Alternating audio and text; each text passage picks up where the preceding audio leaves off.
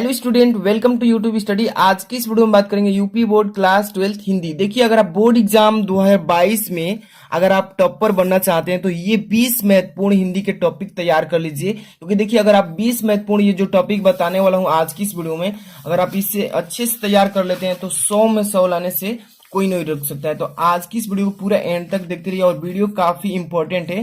Video को बस शुरू से एंड तक देखते रहना है और वीडियो को लाइक कर देना।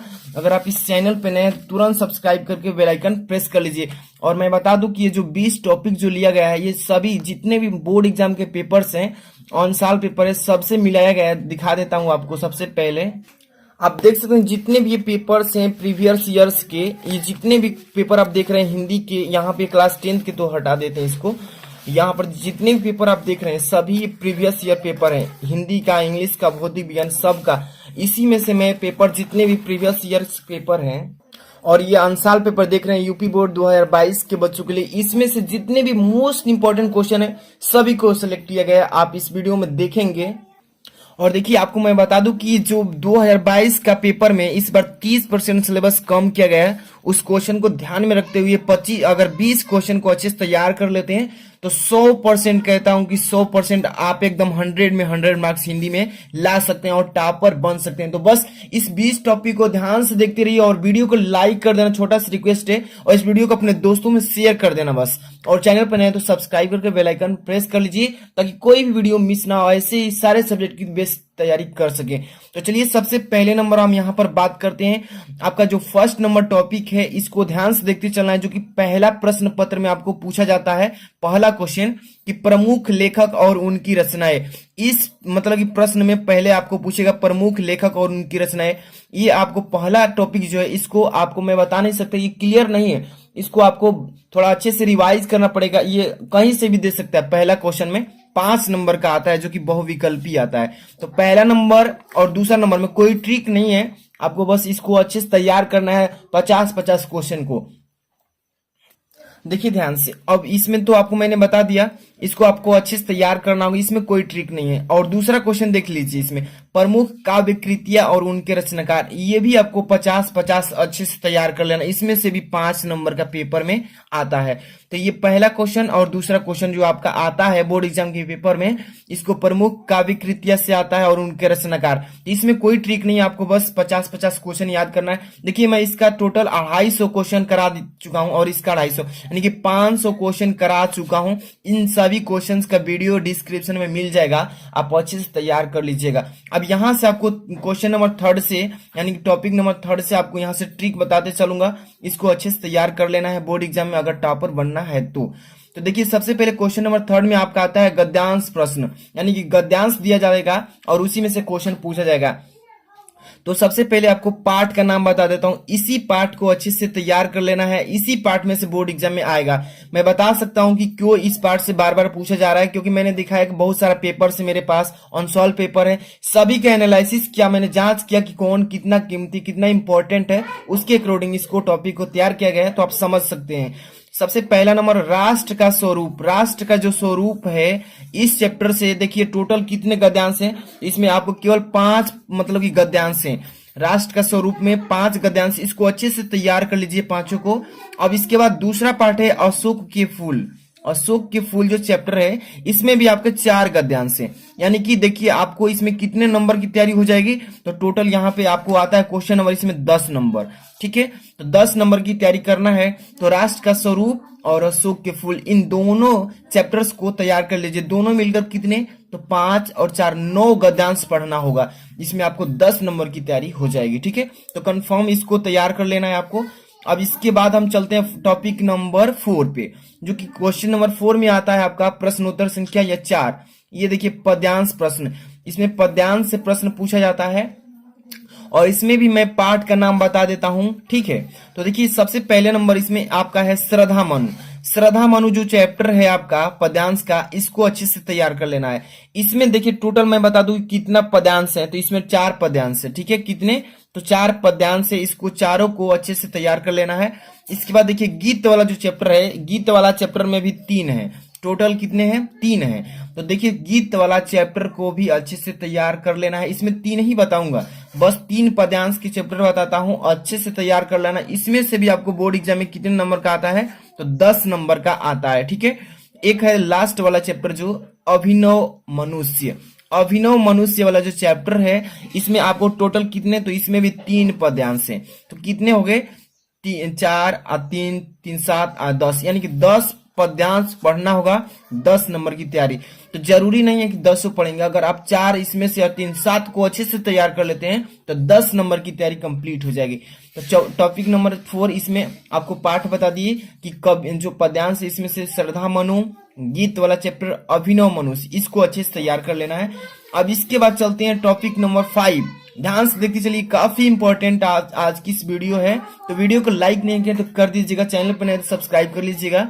देखिए टॉपिक नंबर 5 में लेखक का जीवन परिचय आता है आपका, ठीक है।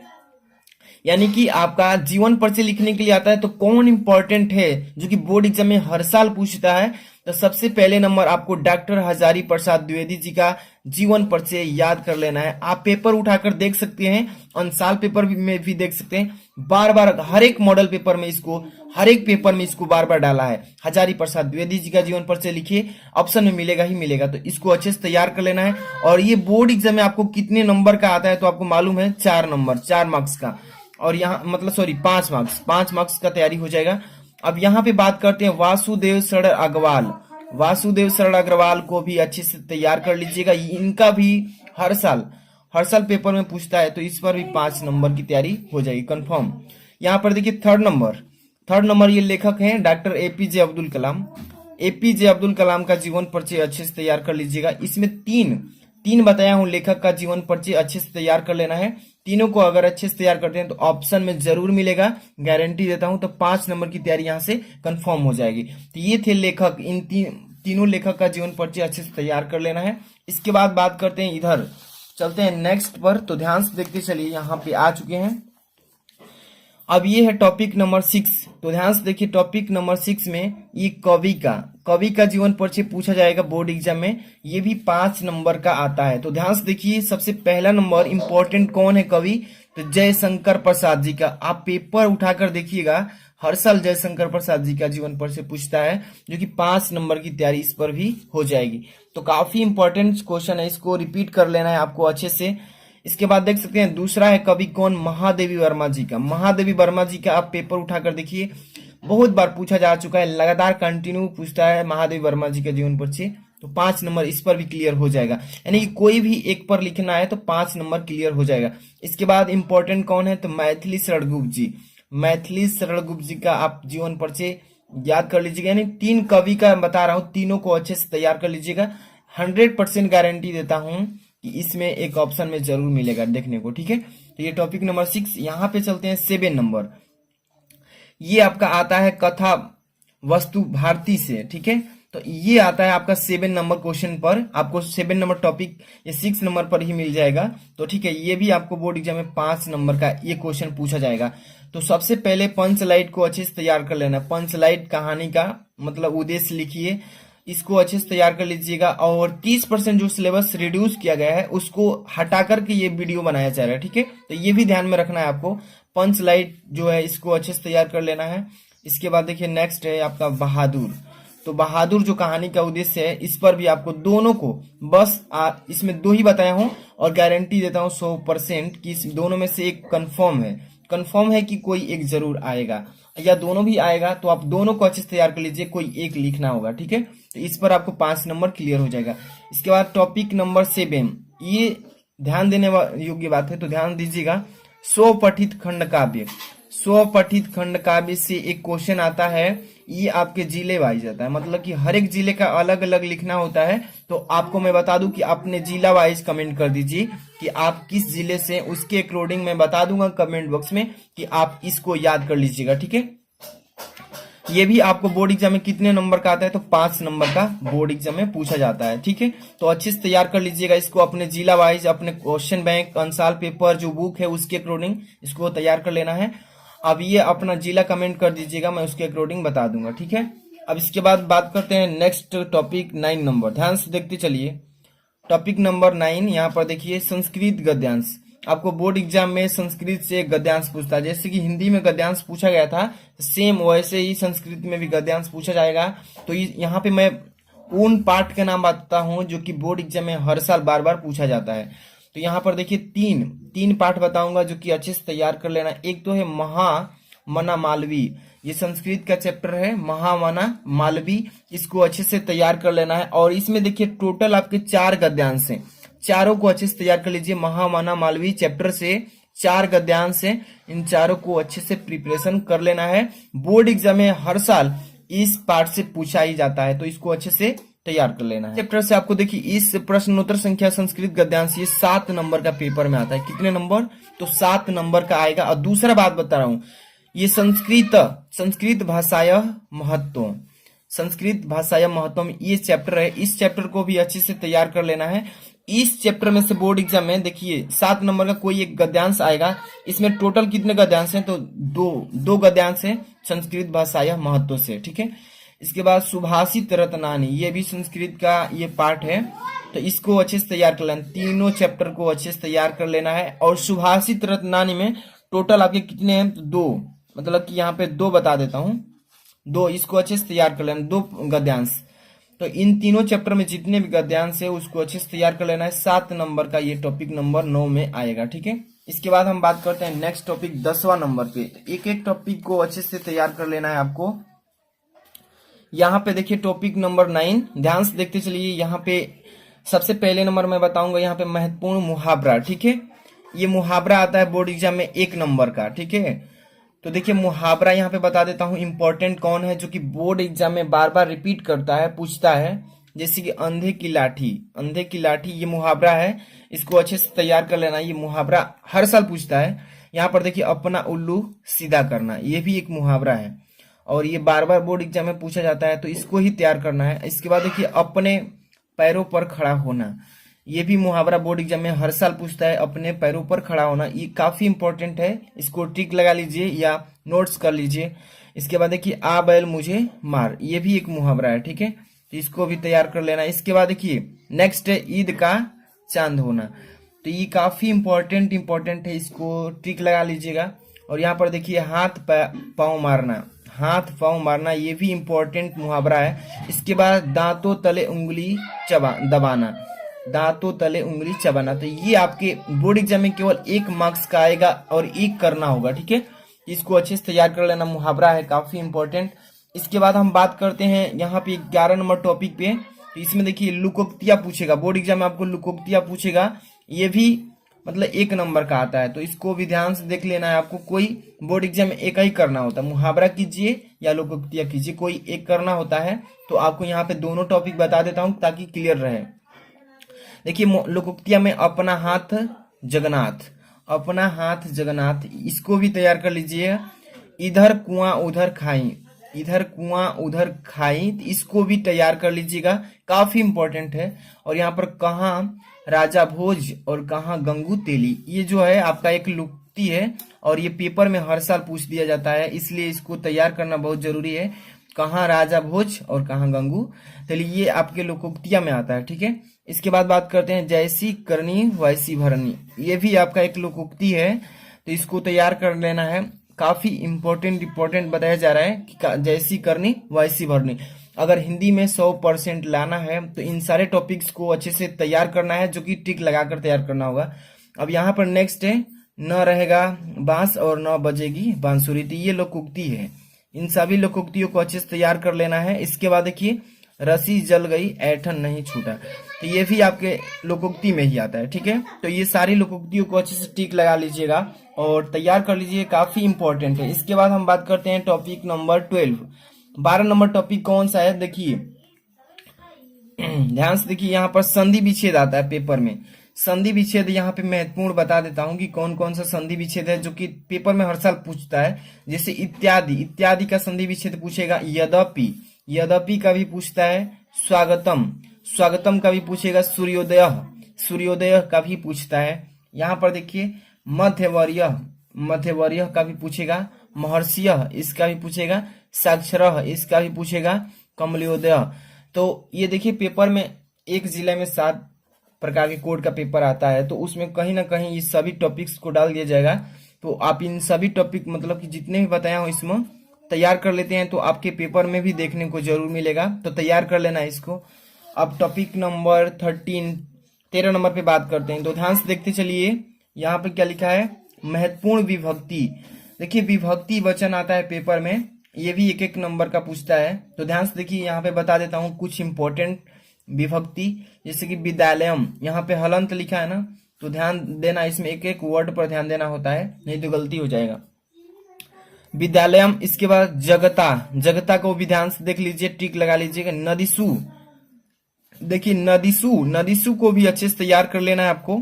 यहाँ पे जगंतु, जगत्सु, सॉरी जगत्सु है, जगत्सु को भी अच्छे से तैयार कर लीजिएगा। पृष्ठेन, पृष्ठेन को भी विभक्ति, इसको अच्छे से तैयार कर लेना है। राजनी, राजनी जो है इसको भी तैयार कर लेना है, ठीक है। तो इसमें टोटल आपको मोस्ट इंपॉर्टेंट ही बताया जा रहा है, इसलिए आपको तैयार करना बहुत जरूरी है। इसके बाद टॉपिक नंबर यहाँ पे आ जाते हैं 14। ध्यान से देखते चलिए एक एक टॉपिक को। महत्वपूर्ण शब्द युग्म बता रहे हैं, यहाँ पे शब्द युग्म बता रहे हैं, काफी इंपॉर्टेंट शब्द युग्म, यही पेपर में पूछा जाएगा, तो ध्यान से देखते रहिएगा। अविराम, देखिए अविराम डाट करके अभिराम, इसका पूछ देगा कि शब्द युग का अर्थ बताइए। तरुड़ी, तरड़ी, यहाँ पर ध्यान दीजिएगा, तरुड़ी है, यहाँ पर तरड़ी है, इसको भी याद करिएगा। अनल अनिल, अनल अनिल को भी अच्छे से तैयार कर लीजिएगा, पेपर में सभी ये पूछे जा चुके हैं, हर साल पूछा जाता है, इसलिए इसको सेलेक्ट करके तैयार कराया जा रहा है, ठीक है। यहाँ पर देखिए अम्बुज, अम्बुद, अम्बुज और अम्बुद, इसका शब्द युग्म का अर्थ बताना होगा। यहाँ पर देखिए जगत, जगत, दोनों एक ही चीज लिखा है, लेकिन इसमें अंतर बस ये है कि इसमें हलंत दिया गया है, ठीक है। यहाँ पर देखिए आकर, यहाँ पर आकार, आकर और आकार का शब्द युग्म का अर्थ बताइए, इसी तरीके से पेपर में पूछता है। इसके बाद टॉपिक नंबर 15, ध्यान से देखते चलिए। 20 टॉपिक आपको बताएंगे, 20 को तैयार कर लेना है, 100% लाना है, तो ठीक है। यहाँ पे कुछ इंपॉर्टेंट प्रवाची बता रहे हैं, ठीक है, तो ध्यान से देखिएगा। पहला नंबर टॉपिक नंबर 15 पर चलते हैं, महत्वपूर्ण है। अर्क का, अर्क का प्रवाची शब्द क्या होता है, टीका का, ये जितने भी बता रहे हैं ना सभी काफी इंपॉर्टेंट है। अर्क का याद कर लीजिएगा, टीका का भी याद कीजिए, और अंचल, अंचल का भी तैयार कर लीजिएगा। अंबर, अंबर का भी याद कीजिए। इसके बाद कर, कर को भी याद कीजिए। इसके बाद कनक, कनक को भी याद कीजिए। इसके बाद पतंग, पतंग को भी, और द्विज, टिक लगाते चलिए, द्विज। इसके बाद गो, इसके बाद पयोधर का भी, और सारंग का।